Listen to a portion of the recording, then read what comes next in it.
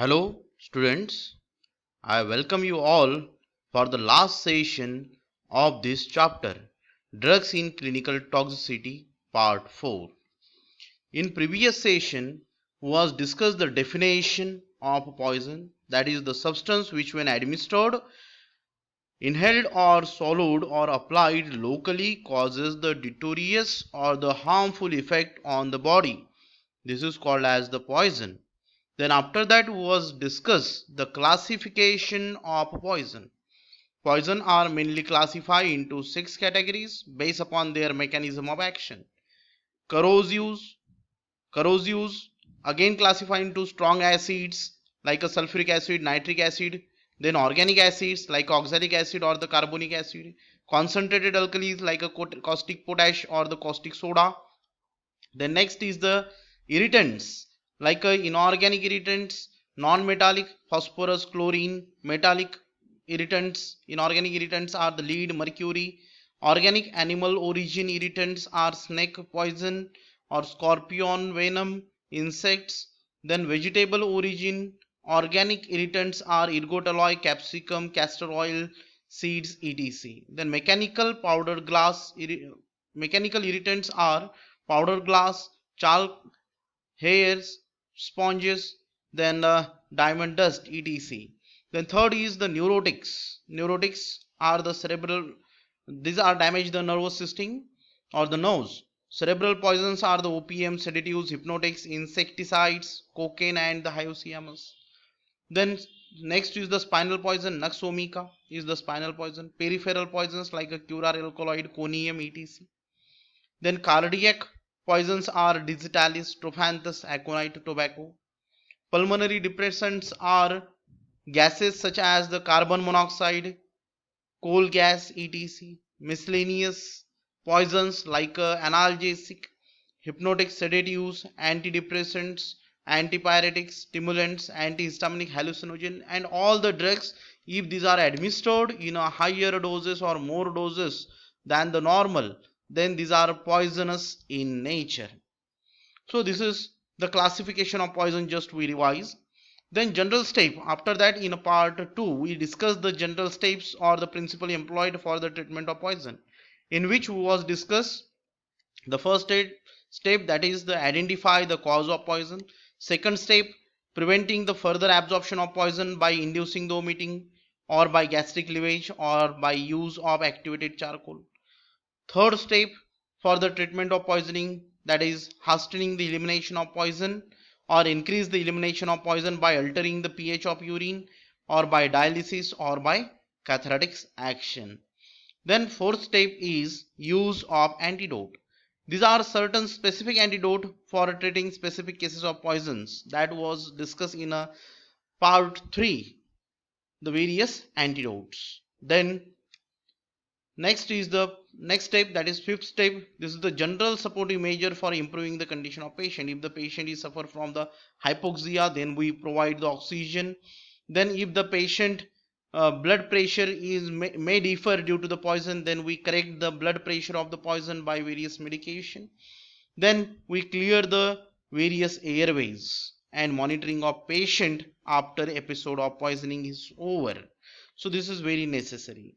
Then after that was discussed the definition of antidotes and classification of antidote. Antidotes are mainly classified into 4 types. These are the physiological antidote, chemical antidote, mechanical antidote or physical antidote, and fourth one is the universal antidote that was discussed. Then after that was discussed the chronic lead poisoning, and in which was discussed the symptoms of poisons, lead poison. Then after that was discussed the treatment in part 3. So in this part just we are going to discuss the British anti-levisite. This is denoted by capital BAL, or this is also called as the dimercaprol. See here, this is the structure of British anti-levisite. It contains 2 sulfahydryl groups, and these have the lone pair of electron, and these are capable to donate this lone pair of electron and form a complex with the other substances. Okay, see here, British anti-Lewisite. British anti-Lewisite, so many times the long form of BAL is asked in the exam. Okay, British anti-Lewisite is a chelating agent used in the treatment of heavy metal poisoning like arsenic and mercury. Okay, this structure you can write in this way also. Okay, OH CH2 CH SH CH2 SH. This is the sulfahydryl group. Okay, then the heavy metals have the affinity for the thiol group. These heavy metals have the affinity for thiol group, sulfahydryl groups, and combine with them because they have the lone pair of electron and they have the ability to donate them, and the metals have the ability to accept these electrons or the lone pair of electron, and they are form a complex combined with them in body tissue, displacing the hydrogen and depriving the body from these enzymes whose activity depend on the thiol group. Our proteins are contain the sulfahydryl group, and these uh, arsenic, mercury, heavy metals have the affinity toward the sulfahydryl group. And if we administered this British anti-Lewisite, then this British anti-Lewisite again contain the sulfahydryl group, and this sulfahydryl group have a lone pair of electron. So that's why they can donate this lone pair of electron to the metals like arsenic or mercury and form a complex. And this arsenic British anti-Lewisite complex can easily excrete out through the urine. British anti-Lewisite is administered to react with a heavy metal and thus protect the enzyme system of the body. The resultant complex form is stable and excreted without any damage to liver or kidney. This is very important point. The resultant complex form is stable and excreted without any damage to liver or kidney. Okay. See here, in this way, this is the Lewisite, means arsenic complex. This arsenic complex, and when how it react with the British anti-Lewisite. Okay, anti-Lewisite means this structure means, see here, arsenic is the Lewisite and British anti-Lewisite is the uh, again it act against the Lewisite, so that's why it's named as a British anti-Lewisite. It form a 5-membered ring complex of British anti-Lewisite and arsenic in this way. Okay, in this way it form a complex, and this complex is easily excrete out through the body without damaging the liver or the kidney or any other organs of the body. So in this way, British anti-Lewisite is react with the Lewisite or the arsenic or mercury metals, heavy metals.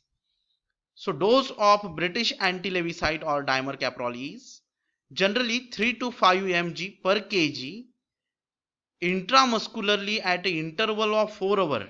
For first 2 days we have to administer. For first 2 days we have to administer 3 to 5 mg per kg intramuscularly to the patient after interval of 4 hours for 2 days. Then after that interval of 4 to 6 hours for additional 2 days we have to administer the same dose 3 to 5 mg per kg after interval of 4 to 6 hours. Then after that we have to increase the interval time for additional 2 days. This is the treatment, or sorry, this is the dose for the arsenic or mercury treatment, again depend upon the condition of the patient. Then after that interval of 6 to 12 hours for additional 7 days we have to administer this British anti-Lewisite. 6 to 12 hours interval, same dose 3 to 5 mg per kg for additional 7 days. Okay, then various doses we are going to discuss in this slide. Doses of some antidotes shortly was discussed. British anti-Lewisite dose, that is 3 to 5 mg per kg intramuscularly at an interval of 4 hours for first 2 days. Then followed by we have to administer 3 to 5 mg per kg at an interval of 4 to 6 hours for additional 2 days, and after that at an interval of 6 to 12 hours for additional 7 days we have to administer. Then EDTA we have to administer in a dose of 75 mg per kg for 24 hours intramuscularly in a 3 to 6 divided doses for 5 days, may be repeated for a second course after minimum 2 days.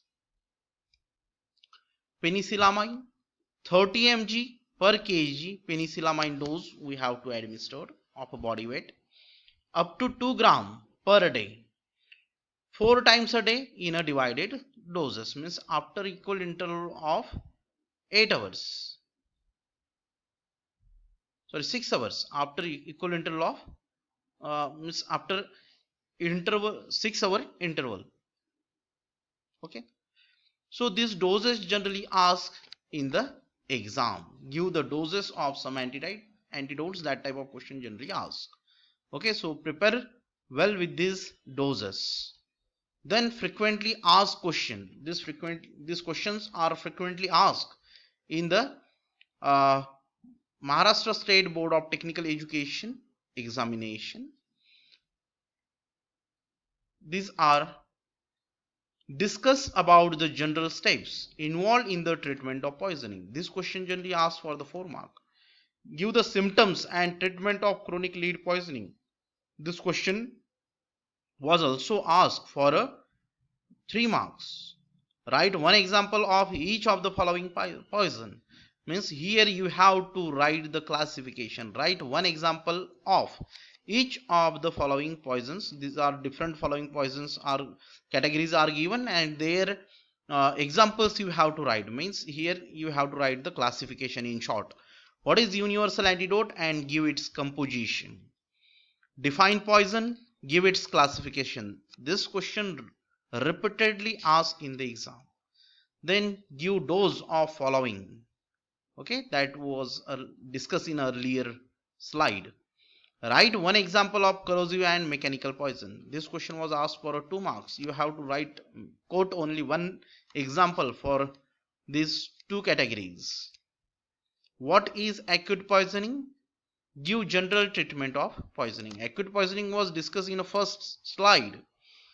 Then acute poisoning means after the effects are immediately appear after the administration of that particular poison. This is the acute poisoning. Okay, deleterious effect or the harmful effect are appear immediately after its exposure or after its administration. Define antidote and classify them. This question was also asked. So these are some of the questions which was generally asked in the annual exam. So dear students, if you have any queries, you can ask me. Okay, and prepare well this chapter for the examination. Hope you all enjoyed all this session. If you have any queries or suggestion, please ask me on our WhatsApp group, or you can mail me on given mail ID, or you can also call me on my given mobile number. These links are also available on rnagkip2015.genomeo.com also. Okay, hope you all enjoyed these sessions. Thank you so much. Happy learning.